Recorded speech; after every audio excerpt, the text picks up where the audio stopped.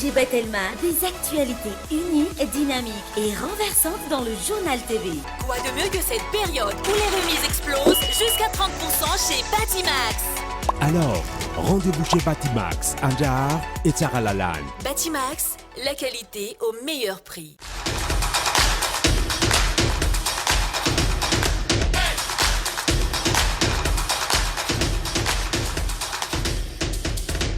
Vous présente Ni Vava.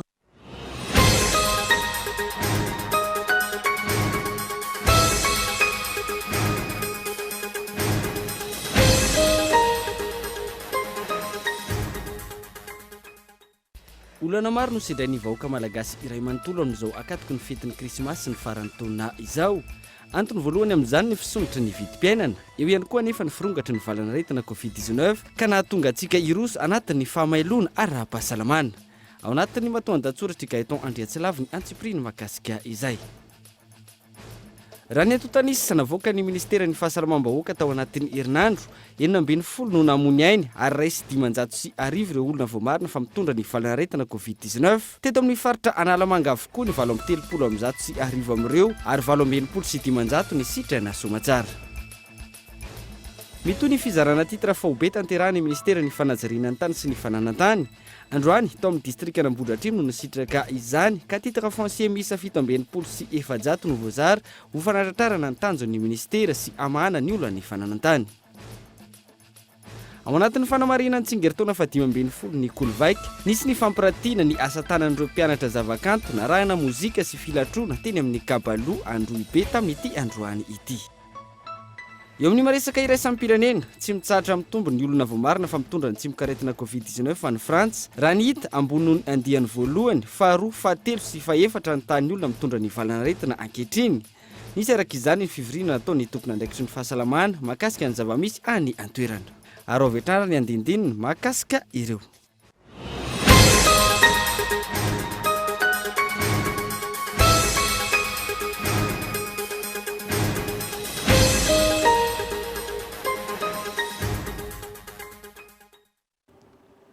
Magnatry ny mbola tsara tompoko lasy tompoko vavy amin'ny sabotsy fa 20 ny volana Desambra taogno 2024 ity tonga soitsika eto anivony fampahalalam-baovao ny Kolo TV amin'ity anio ity. Eto ampiadoana dia asako ampanajanana anaraka ny fotoanany vaovao hatramin'ny farany anomboantsika izany olana maro no sedran'ny vahoaka malagasy iray manontolo amin'izao fotoana izao ankatoko ny fankalazana ny fetin'ny krismasy sy ny farany taona ity. Antony voalohany amin'izany ny fisondrotry ny vidim-piainana fa eo ihany koa ny firongatry ny valanaretina Covid-19 ka nahatonga antsika iroso ao anatin'ny fahamelona ara-pahasalamana. Dia rahantsika ny matondan-tsoratry Gaëtan Andriatsilavy. Mitombo isan'andro ny isan'ny olona mitondra ny tsimikaretina Covid-19 eto Madagasikara. Maro ireo namony ainy ary faritra maro no ahitana izany. Ny faritra Analamanga, ny faritra Vakinakaratra ary ny faritra Matsiatra Ambony no ahitana tranga vaovao ny valanaretina betsaka indrindra tao anatin'ny herinandro maromaro. Vokatry ny fifindran'ny aretina amin'ny alalan'ny fampikasoana avokoa ireo na ilay antsoina hoe cas contact. Nandritry ny filakevitry ny ministra ny Alarobia lasa teo nambara tamin'ny fomba ofisialy fa miditra anaty vanim-potoany ny fahamailona ara-pahasalamana eto Madagasikara. Fepetra maro no napetraka toy ny tsy maintsy hanajana ny elanelana ray metatra, ny fanaovana arivava-orona sy ny maro hafa. Tsy azo atao ny famoriana olona mihoatra ny zato anatin'ny fitrano mihiboka ary voarara ny famorim-bahoaka ny Kalamanjana amin'ireo faritra 3 voalaza teo aloha ireo. Mbola ao anatin'ny voka-dratsy sy ny fiantraikany valanaretina Covid-19 andiany teo aloha nefa isika amin'izao fotoana. Mbola tsy tafarina ny ankamaroan'ny orinasa, marary ny toe-karena sy ny sosialy. Vola amina miliara maro no tsy tafiditra ao anatin'ny kitapom-bola-panjakana. Tsy ny fanjakana ihany no iaran'ny voka-dratsin'izany, fa ny orinasa, ny tsena, ny fandraharahana, ny fizahan-tany, ny fiariana ary indrindra ny atokantrano ny malagasy tsirairay avy. Endrika ahitana taratra izany ny fahantrana menjady amin'ny vahoaka amin'izao ankatoko ny fetin'ny krismasy sy ny farany taona izao. Miakatra ny vidin'entana ilaina amin'ny fiainana andavanandro. Entsakilany, maro amin'ireo mpikarakara lanonana ankehitriny no misedra olana manoloana ny fepetra no raisin'ny fanjakana mahakasika ny fiatrehana ny valanaretina. Ireo mpikarakara lanonana izay ao anaty fiomanana amin'ny vanim-potoan'ny fety. Ny fambolena nefa mampanahy be ihany, vokatry ny tsy fisiany ny rotsakorana. Maina ny tanimbary, tsy mamokatra ny voly avitra, ka mety hienatra amin'ny vokatra mo amin'ny taona ho avy. Miankina amin'ny fanarana ireo fepetra hiadena amin'ny COVID-19 no ahafahana mamongotra aingana izany eto amintsika. Raha ny mifanohitra an'izay no hita, hiamafy ny krizy, hiamafy ny fitadiavana amin'ny andavanandrom-piainana izay efa hita soritra ny fiantraikany amin'ny ara-tsosialy sy ara-toekarena. Araka izany, mila manova fomba fijery sy fomba fitondran-tena ny isam-batan'olona. Tsy haivona hatrany, ny tsy fanarana fepetra no nahatonga famoizana ain'olona maro vokatry ny COVID-19 tamin'ireo firenena vahiny maro toy ny any Frantsa, Italia, Brezila sy ny sisa. Fa makasika izay fivoaran'ny valanaretana COVID-19 izay hatrany, raha ny antotanisa avy eo anivon'ny ministeran'ny fahasalamam-bahoaka tao anatin'ny herinandro olona 40 be izao no namono ny ainy raha toka raisy dimanjato sy arivo ireo olona voamarina fa mitondra ity valanaretana COVID-19 ity eto amintsika ka eto anivon'ny faritra Analamanga avokoa ny valambitelopolo amby zato sy arivo tamin'ireo tranga vaovao ireo. Miisa 80 sy 10 kosa ireo sitrana soamantsara. Nelaga Nefson. Nanomboka ny 12 Desambra hatramin'ny 17 Desambra lasa teo, olona 40 no fantatra fa lafo ny valanaretina COVID-19 teto Madagasikara, raha ny antotanisa navoaka ny ministera ny fahasalamam-bahoaka androany tamin'ny fitiliana miisa 8,707 olona 1,500 sy arivo no voamarina fa mitondra ny valanaretina COVID-19 manerana ny nosy ka teto amin'ny faritra Analamanga no ambony indrindra izay nahitana tranga miisa 80 sy arivo. Manaraka azy ny faritra Vakinankaratra izay nahitana tranga 70 250 hatao Matsaitra ambony, 270 hatao Vatovavy Fitovinany, 30 tao Atsimo Andrefana, 20 tao Diana, 70 hatao Atsimo Antsinanana, 70 tao Antsinanana, 12 tao Anosy, 20 tao Melaky, 7 tao Amoronmani, 3 tao Boeny sy Itasy, 2 tao Betsboka ary 1 tao Menabe. 700 amin'izao no olona ahitana tranga fahasarotana. Miisa 20 sy 10 ny isan'ireo olona sitrana raha ny tatitra navoaka ny ministera ny fahasalamam-bahoaka hatrany. Amin'izao efa tafakatra 2,5 isanjato ny tany fahasitranana eto Madagasikara. Hatreto, 2,1 isanjato ny tany fahafatesana eto Madagasikara vokatry ny valanaretina COVID-19. Lafomba hafa ho tafiakatra 1,50 tapitrisa ny isan'ny mponina eto Madagasikara any amin'ny taona 17 sy 20 raha toka tsy mametraka fepetra editra ny fitondram-panjakana malagasy. Raha ny antotanisa navoaka ny Instat. Hatreto, manodidina ny 700 isanjato ny vehivavy manerana ny nosy no mampiasa ny fandrindram-piterahana ary tanjona ny ampiakarana izany ho 80 isanjato ny tany olona mampiasa ny fandrindram-piterahana moderna ao anatin'ny roa taona. Lianarana Efson hatrany no mitondra antsika ny Antsiprian zay. Araka ny antotanisa navoaka ny Instat na ny Institut National de la Statistique de Madagascar. Teo anelanelany ny taona 20 sy 20, mihoatra ny 20 tapitrisa ny isan'ny mponina eto Madagasikara. Ny tombo 2,5 tapitrisa raha ampitaina tamin'ny taona 20 sy 20.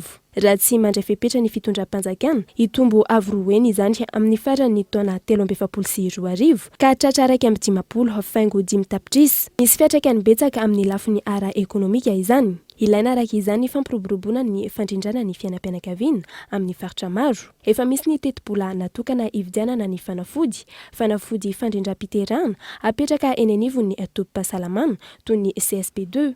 Ela ihany zay ny zahay amin'ny société civile indrindra le mivondrona ao anatin'ny komaretsy ny ady mafy mihitsy amin'ny mba hisy ny sorabola eo anatin'ny LFI teti-bola mpanjakana. Araba soa, araba tsara fa dia tafiditra soamantsara ao anatin'ny LFI 2022 zany misy sorabola efa tokana zany ho an'ny famatsim-bola amin'ny resaka planification familiale eto Madagasikara ary natsofoka mihitsy izy io any anatin'le nouveau projet émergence amin'le NPE zany. Hatreto manodidina ny 700 isanjato ny vehivavy manerana ny nosy no mampiasa ny fandrindram-piterahana ary tanjona apetraka amin'izao ny anatratra 80 isanjato ny tany olona mampiasa ny fandrindram-piterahana ao anatin'ny roa taona. efa ambony hinita ny vehivavy mampiasa ny fandrindram-piterahana eny an-drenivohitra saingy mbola ambany izany any amin'ny tontolo ambanivohitra raha ny fanazavana. Efa misy ihany koa ny fifampiresahana amin'ny ministera tompon'andraikitra mahakasika ny paikady apetraka amin'ny taona 2024. Ame ohatra kely atsika fotsiny hoe raha tamin'ny 2024 tany aloha tany tsy nisy sora-bola mihitsy fandraisana anjara amin'ny fitondram-panjakana amin'ity resaka PF ty zany eo amin'le hoe asahana contraceptif. De tamin'ny 2018 nisy kely 2019 nisy 2020 tsy nisy 2021 tsisy 2022 izy nisy zavatra nisy anefa tsapa ihany teny anivon'ireo tobim-pahasalamana zay nitsidianay fa nisy fahitana an'izay le atao hoe rupture de stock zay amin'ny produit sasatsasany ka nisan'ny zavatra anankiray nisan'ny antenaina zany amin'izao fisiany sora-bola zao dia mba tsy hisy tsony zay atao hoe fahatapahany fanafody zay any amin'ny tobim-pahasalamana. Manamafy hatrany ireo mpiara-miombonantoka misehatra amin'ny fampiroboroboana ny fandrindram-piterahana fa hiara-iasa amin'ny ministera ny fahasalamana toy ny tetikasa Wish to Action izay vatsiny ny fanjakana Britanika vola. Mitoy ny fizarana titara fobe tanterahany ministerany fanajariana tany sy ny fananantany androany ny tao anatin'ny distrikany Ambodidratrimo indray no nisitraka izany ka titara foncier misa 720 no voazara ho fanatratrarana ny tanjon'ny ministera sy amahana ny olona ny fananantany eto amintsika. Fanadadiana entiny orinasany. Niaina tamin'ny tebiteby ny ankamaroam-ponina tao amin'ny distrikany Ambodidratrimo hatrizay vokatry ny tsy fananana titre foncier. Ankehitriny afaka izay ayahin'ny mponina izay no ny afazoan'izy ireo ny titre foncier tamin'ny alalany hetsika fizarana titre fobe. Araka izany, titre foncier miisa 720 no zaraina ho an'ny mponina tamin'ny commune telo ao anatin'ny distrika ity. Zato ny an'ny commune Ambanivohitra Ambatondrazazamanga, 520 an'ny commune Iarnarivo ary 270 ny an'ny commune Antanety Be Mahazaza. Nahafahana nanatateraka izany ny opération ODOC na ny opération dominale concertée izay atotosa tamin'ny alalan'ny fifanarahan'ny fanjakana sy ny mpanjefa ny tany. Ary everina fa miandamiambaviny nahazo andisy fa tsy na misy tanora ihany koa nahazo tao zay everina hoe mahafaly na izahay tompon'andraikitra ao amin'ny ministera zay nahavita ankarakara nahazarana io feno hafaliana izahay fa ireo zay nisitraka ihany koa dia hitany hoe fa tena feno hafaliana fa be dia be ny olana miva eo amin'ny tanin'ireo olona zay nahazo andreo titre ireo. Efa misy ny broy fotony fananantany aty fa piroboroboana azy ny tena zava-dehibe amin'izao fotoana izao ary tsy mijanona eo le ezaka hoe vita ny androany dia zay no izy fa everina fa amin'ny aoriana dia mbola itoy io aty amin'ity faritra ity ary tsy aty ihany araka ny lazaiko fa tena miezaka ministera anerana Madagasikara izao fandaminana ny fananantany zao mba ilana amin'ny olana ady tany lavo zao. Fanohitra lehibe ho an'ny fampandrosoana izao fizarana titre foncier izao hoy ny ben'ny tanàna. Ny olana fananantany tokoa dia isan'ny olona ray lehibe izay tsy misakana ny vahoaka amin'ny fampandrosoana satria mieritreritra foana ny olona hoe tsy anazy ny tany satria mbola tsy voasoratra aminy.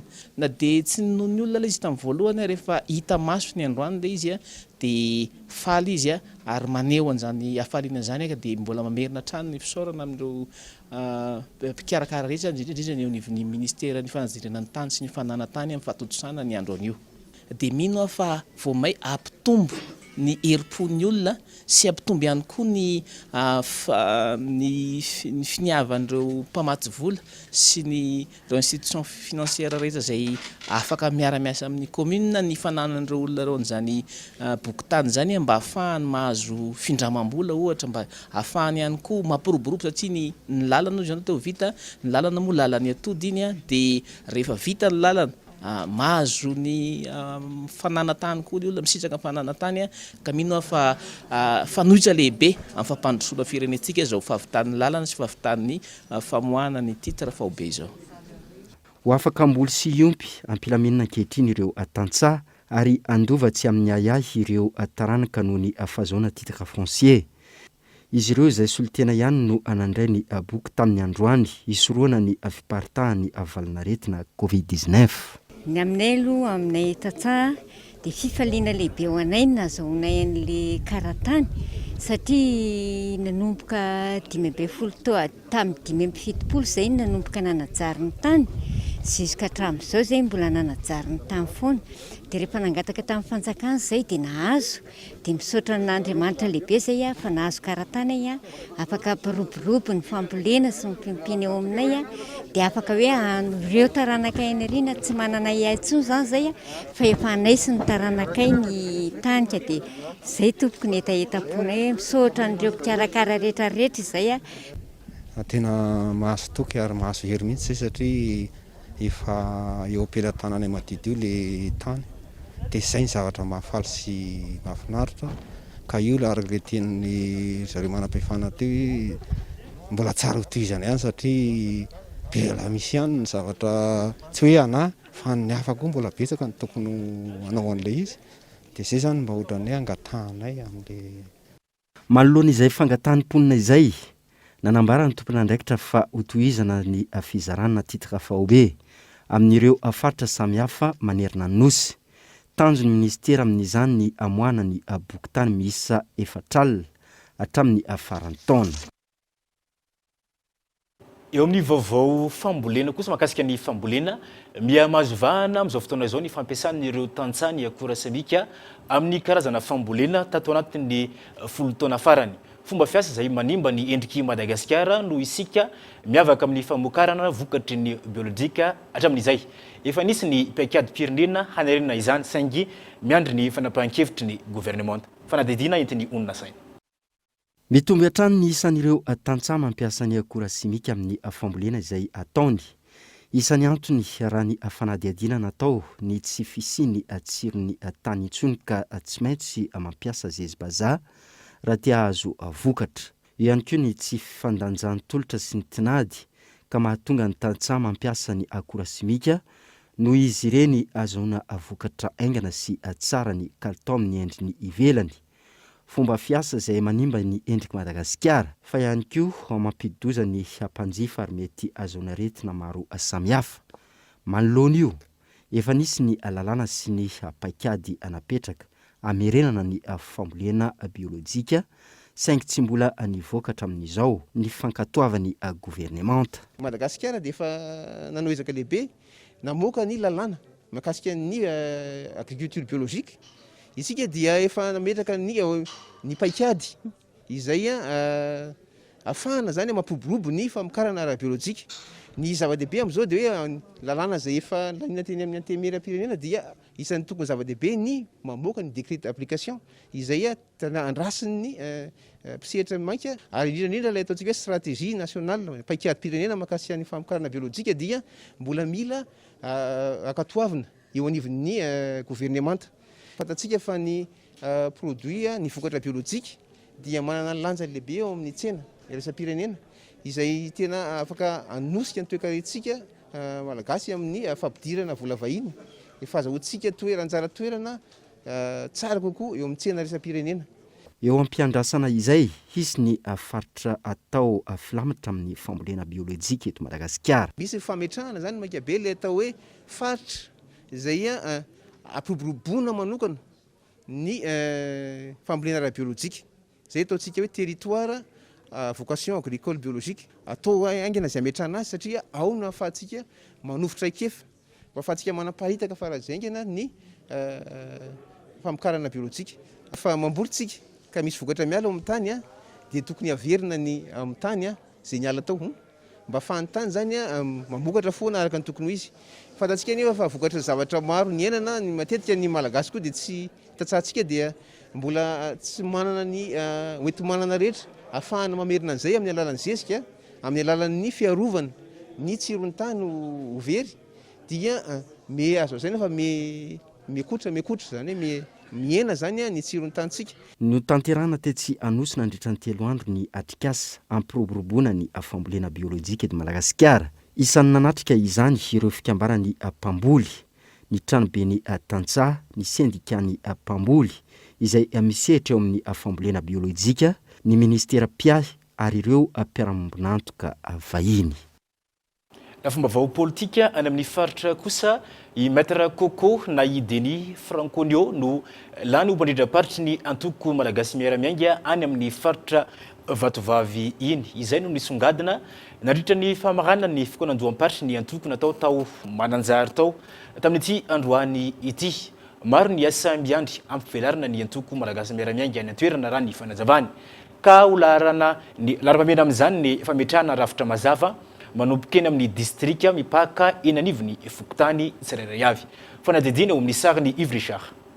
Taoriny fikonan-doham-paritra ny arahan'ny mpikatroka avy amin'ny distrika telo natao tao mananjary nandritra ny 2 andro. Tafatsangana androany ny birao politika ny antoko malagasy miara-miainga ho an'ny faritra Vatovavy. Lany 100% mpandrindra-paritry ny antoko malagasy miara-miainga tamin'izany ny kandidat tokana Denis Franconio di maître Coco. Mbola hotohizana ary amin'ny andraikitra ngezangeza kokoa satria raha distrika no ny andraketana teo aloha dia zao izy faritra Vatovavy izay misy distrika telo. Midika izany fa avy telo eny ny andraikitra napetraka ireo amin'ny vatategnako. Ka tsy taraina amin'le andraikitra kelezina ny tegnako fa ny taran'ny avaigna na ny sorika hilaza amin'izay enta mavesatra zay. Maro ny asa miandry ampivelarana ny antoko MMM hoy ny fanazavany. Lohalarana ny fametrahana ny rafitra mazava manomboka eny amin'ny distrika mipaka eny anivon'ny Fokotany. Tsy maintsy avondrona ny hery ary nilaza ny tsikely soroka amin'ny fampandrosoana ny antoko, ny firenena amin'ny ankapobeny, ny mpandrindra vaovao, ny MMM ao Vatovavy. Manome toky aho fa tsy amadika manontolo na amin'ny ampahany ny fitokisana izay napetraka reo amiko. Anao ny haingo sy ho zavatra ary tsy hisy fotoana, tsy hisy fananana na vola na fitaovana ho amin'ny tombosoan'ny antoko mba hatratraratsika ny tanjona izay napetraka dia ny Madagasikara mandroso.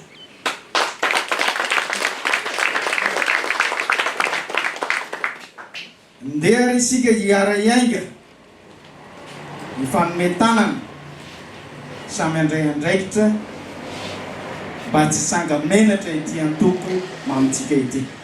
Raha ny firafitry ny birao politika, mpandrindra lefitra roa no miara-miasa akaiky aminy amin'ny fandrindrana ny antoko ao Vatovavy izay avy amin'ny distrika ny Nosivarika sy Ifanadina. Eo ihany koa ny sekretera jeneraly, ny mpanolotsaina sy ny mpitantam-bola.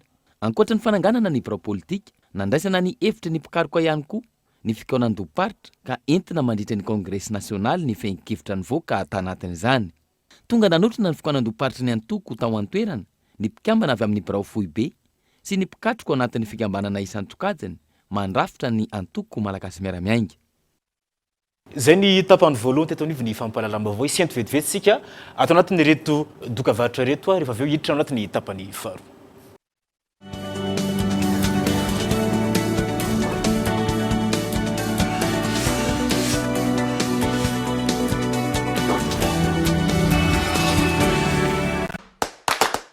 Fois plus de data pour le même prix. Avec Telmanet One Day, maintenant tu as 300 mégas au lieu de 150 mégas avec Envoul, toujours à 1000 arrière.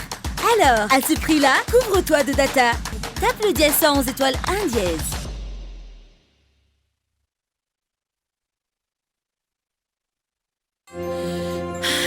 Voilà des idées cadeaux qui changent pour illuminer mon quotidien. Waouh! Plus que celui-ci et tout est au complet. Si seulement... Parce que donner est tout simplement le geste le plus honorable. Des cadeaux surprises vous attendent. Quoi de mieux que cette période où les remises explosent jusqu'à 30% chez Batimax. Alors, rendez-vous chez Batimax, Andjar et Tsaralalan. Batimax, la qualité au meilleur prix. Chanteclair, Niakotik, Vita Malagasy. Chanteclair, Akutsmis hormones. Chanteclair, Akutsmis antibiotiques. Chanteclair, Akun sakaf katsakasi soja zatu sanzatu. Chanteclair, Aku arapasalamana zatu sanzatu. Atukisako. Chanteclair ako tena mafilotra. Chanteclair mbola afarasana koa zaraiko amin'ny manodidinay. Chanteclair ny akotsika.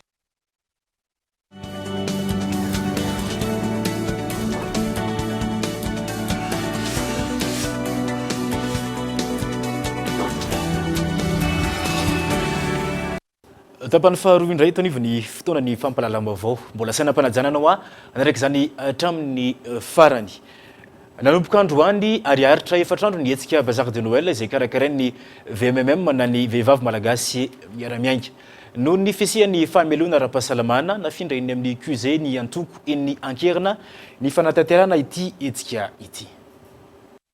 Tahaka ny fanao isan-taona manatanteraka ny hetsika bazar de Noël indray ny VMMM na ny vehivavy malagasy miara-miainga amin'ity taona ity izay totosaina mandritra ny efatrandro eny amin'ny foibentoerany antoko eny ankerana nanomboka androany ary hifarina ny talata ho avy izao ity hetsika ity noho ny fisian'ny fepetra noraisy ny fitondram-panjakana manoloana ny fitombon'ny olona voamarina fa mitondra ny tsy mokaretana COVID-19 eto amintsika no namindrana ny hetsika eny ankerana raha toka teny Ivandry no saika nanatanterahana izany.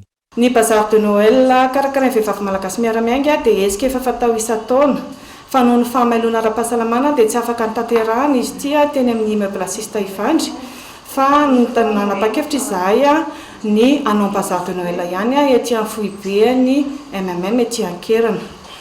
Ny zavatra hitantsika arantina sy varotana eto moa dia zavatra vita amin'ny hazo amin'ny fiarovana ny tontolo iainana dia ny hazo efa nampiasaina no naverinay nampiasaina no fanaka zany dia izy io asa tanana vehivavy malagasy miara-miainga irana miasa amin'ny tanora izay tsy anasa ihany koa zany hoe ny hetsika ataonay zany dia hanampiana andreo ankizy tsy miasa ihany koa karamaina manao an'ilay asa.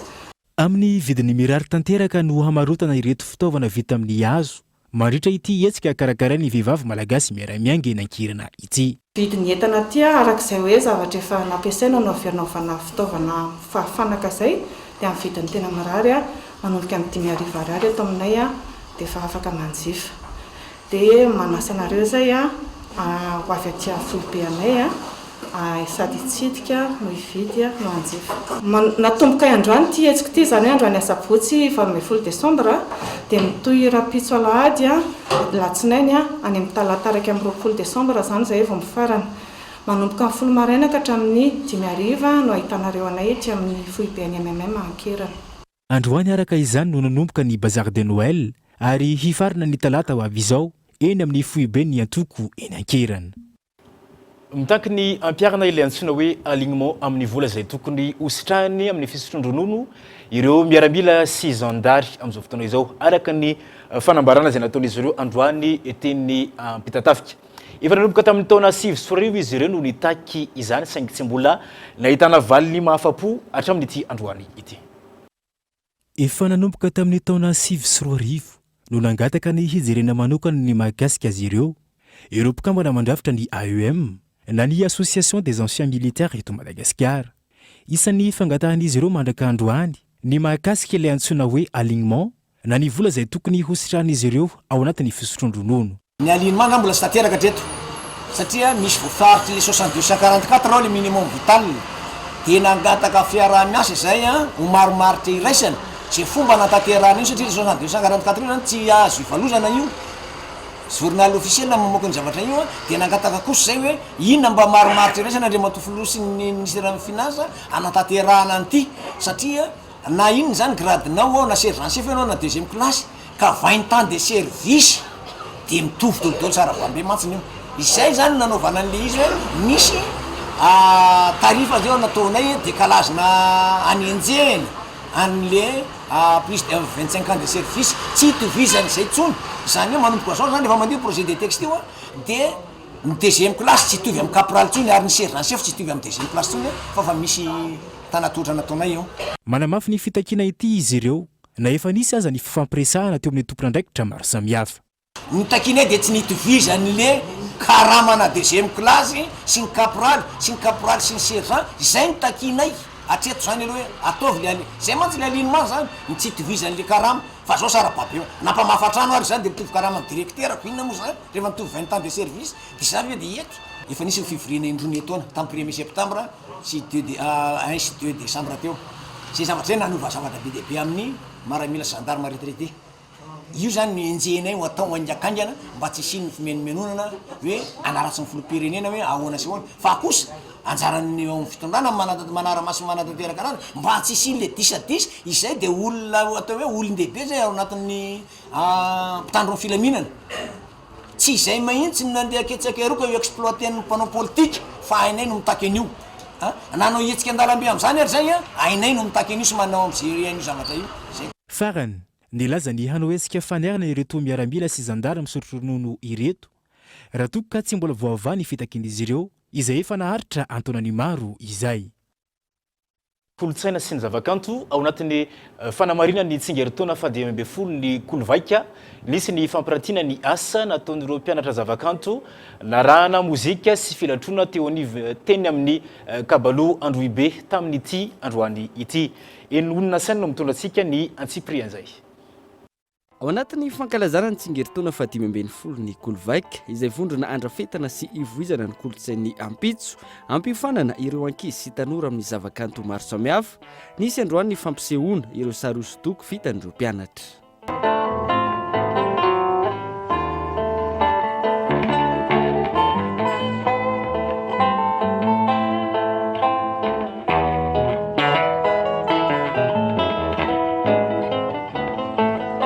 nisy ihany koa ny fanehoana ny mozika izay isan'ny ampifanana ireo ankizy sy tanora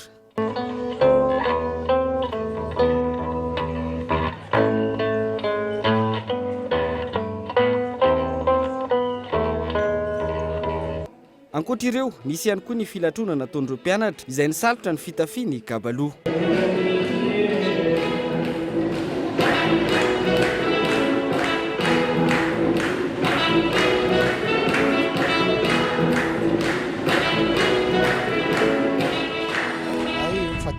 taona ny vaika moa zany a de izy toko telo reny voalohany nandeha tao amin'ny akoa faharoa tao amin'ny restaurant toko telo ary zao a aty amin'ny kabalo io fa 2020 taona io a anamariana fotsiny zany lay fikarakarana tanora ao anatin'ny vondrona vaika association vaika zay nomenay ny anarana hoe kolovaika ka ny loha hevitra tamin'ity a kololona inona moa le izy satria ny fikambanana zay misehatra ao amin'ny resaka kolotsaina dia manome vahana indrindra amin'ny fanabeazana ny tanora amin'ny tontolon'ny kanto amin'ny fibeazana amin'ny maha olona ka hitao daholo a ny seham-panehoana rehetrarehetra hatramin'ny sary hosodoko ny sary tsotra ny sary sikotra ao ihany koa ny mozika misy lalam-piofanana ihany koa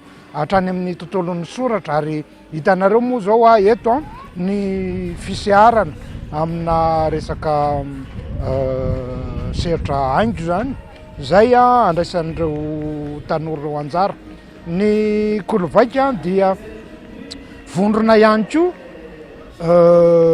mifandray amina rantsana be dehibe ary ezahana indrindra mba ahenka tanora faran'izay maro nefa ny raisina singa isan-tsinga ahitana ny sarataona rehetra manovy fahalalana ao amin'ny kolovaika ary isany hitrandrana anatin'izany ny art plastique la magie du verbe ary ny mozika ireo nampiny ny filatroana izay mitanterahana tiany androibe ny ariva teo tafiditra hatrany ao anatin'ny fanamariana ny 2020 taona ny kolovaika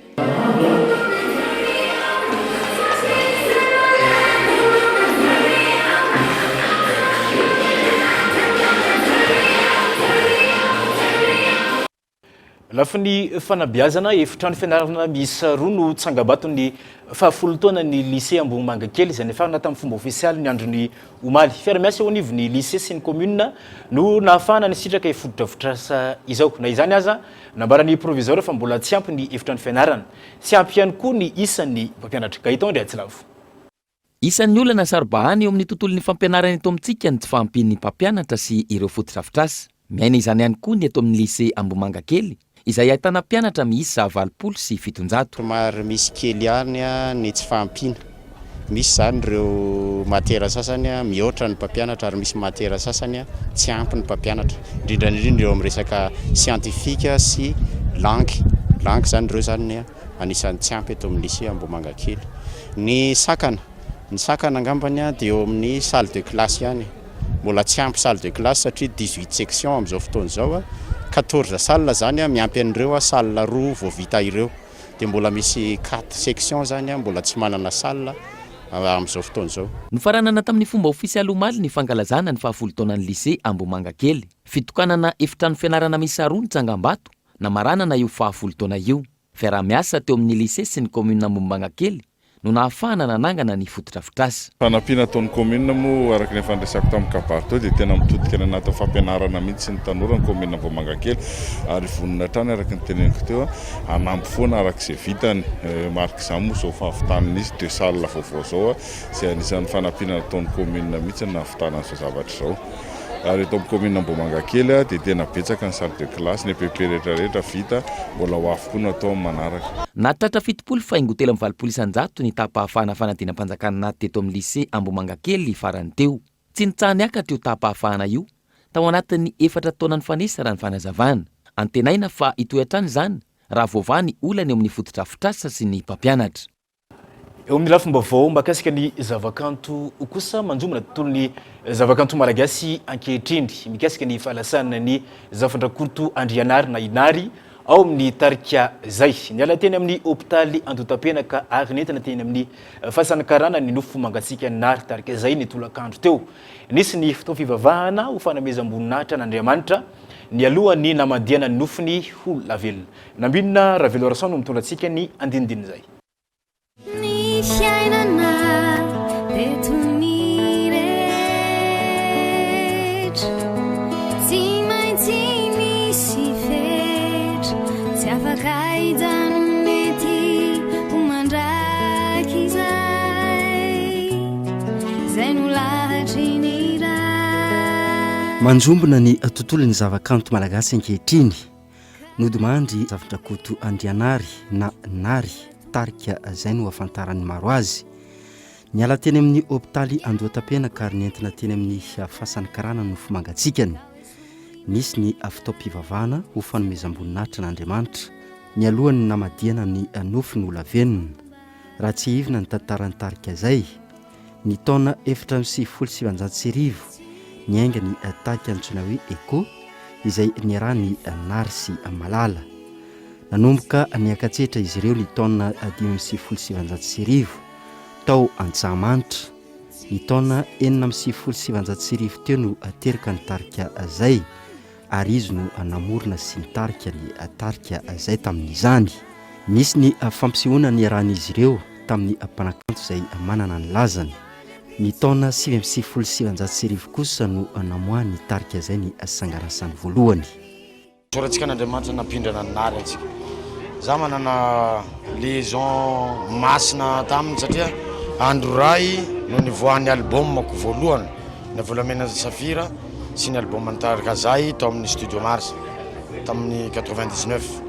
Tena nanomboka tao zay tonga dia pirahalahy be ary olona nihavana be taty velan'ny mozika zany olona tena miaraka matetika fampizara expérience maro na amin'ny fiainana amin'iny matetika miaraka eny foana mihitsy zany dia mbola tsy nieritreritra hoe andevina ny Nary androany zany fa atahoana moa fa zay ny lahatr'Andriamanitra sarotra be no inoaka an'izao satria na zay tafiaraka farany tany anatina fahoriana namana koa dadan'ny namana dia mbola be dia be ny projet ny raha nieritseretinay atao fa atahoana moa fa saorako Andriamanitra nampindrana anazy antsika rehetrarehetra fa mandram-piadanana Nary mandram-piadanana dia mafy ary izy. Tamin'ny 2003 tao Antsahamanitra niarahanay voalohany indrindra zany hoe raha tao kisarisary kely dia hoe Nary no niantso anay nanao Antsahamanitra anisan'ny voalohany indrindra zany miaraka tamin'ny tarika zay tamin'ny 2003 volana marsa tany angamba ilay izy. dia avy eo zahay moa fampinamana raha teo aty ambadika dia tsy dia hita loatra zay tenenina angambany aloha fa dia malahelo satria loazana namana tampoka be zavatra ohatr'izany. Nara aloha dia sarika meme mafaly lavo, tsy dia mbola nisy fotoana aloha hoe inona sinona fa dia rehefa miaraka dia sarika meme amina zavatra tsisy dikana azy indraindray dia zay angambany aloha ny anomezako amin'ary satria dia tia namana. Tia fihavanana sy firaisan-kina teo anivon'ny fianakaviana sy ny fiarahamonina i Ravindrakoto Andrianary na i Nary fo ny fahavelony raha ny fanazavany ray aman-dreniny. Dia olona tsotra nandala ny fihavanana ny firaisan-kina teo anivon'ny fianakaviana fiarahamonina ary nanotanindrazana azy ary izy dia izy dia masika beronono fa zao izy sincère et honnête zay izy mahitsy izy vatany ohatr'izay sainy zay raha hoe fitiany nary fa izy zany dia hoe olon'ny fihavana mihitsy ary isan'ny navita indrindra izy. Ny fanantenana kosa ny fiainana dia fiainam-panahy dia manantena ny fiadanana satria zay famindrapony mandrakizay manazy sy ho amin'ny rehetrarehetra. Tsy hivina ny fahadiminy volana desambra lasa teo no aniakatsehitra farany tao amin'ny Palais des Sports Mahamasina ny tarika azay nankalaza ny 20 taonany tarika. Ny fianakaviam-ben'ny orinasa Cool TV FM dia maneho ny fiaraha-miory amin'ny fianakaviany sy ny tarika izay amin'izao fahoriana midona amin'izy ireo izao.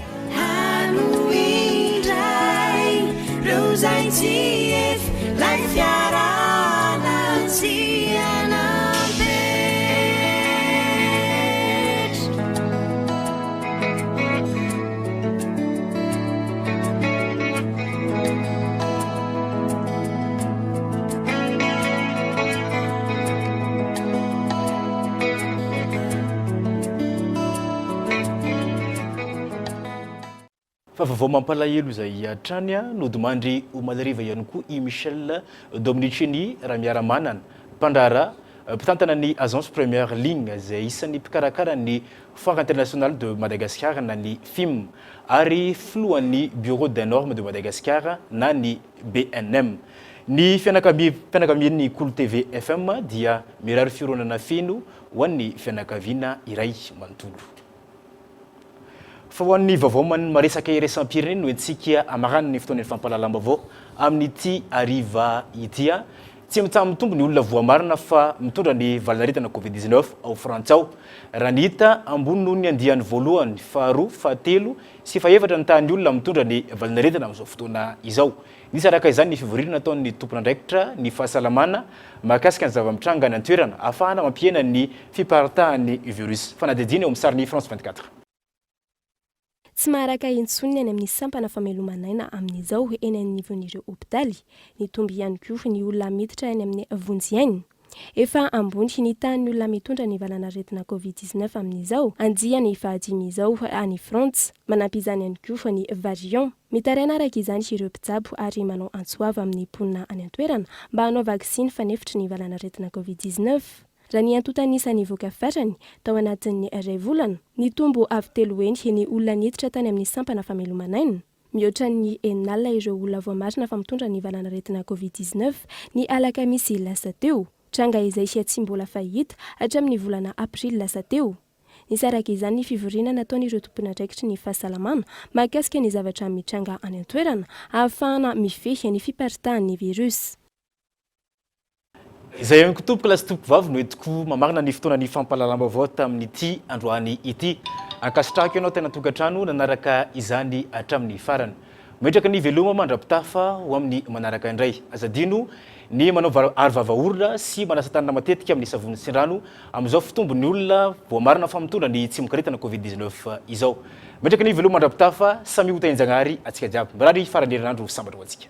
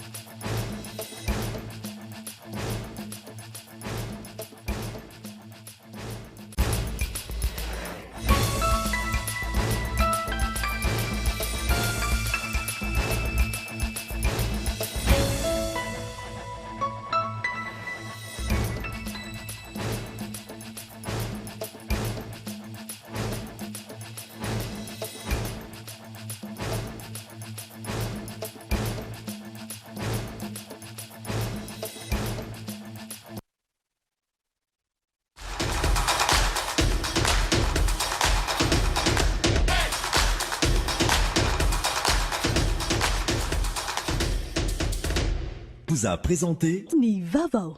Quoi de mieux que cette période où les remises explosent jusqu'à 30% chez Batimax. Alors, rendez-vous chez Batimax, Anjar et Tsaralalan. Batimax, la qualité au meilleur prix. 5G Batelma, des actualités uniques, dynamiques et renversantes dans le journal TV.